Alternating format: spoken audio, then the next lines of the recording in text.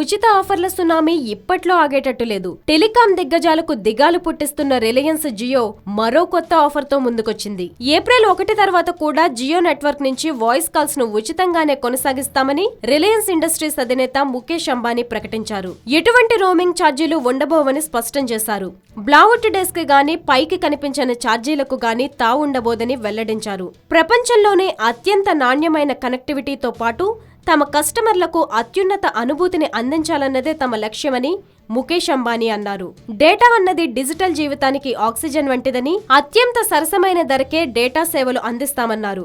ఇవాళ ఎంత బెస్ట్ అనిపించుకుంటున్నామో ఇక ముందు కూడా తమ సేవలు అంతే ఉన్నతంగా ఉండేలా శ్రమిస్తామన్నారు. రానున్న కొద్ది రోజుల్లోనే తమ డేటా కెపాసిటీని రెట్టింపు స్థాయికి తీసుకెళ్లడం ద్వారా మరింత నాణ్యమైన సేవలందిస్తామని ముఖేష్ అంబానీ ప్రకటించారు.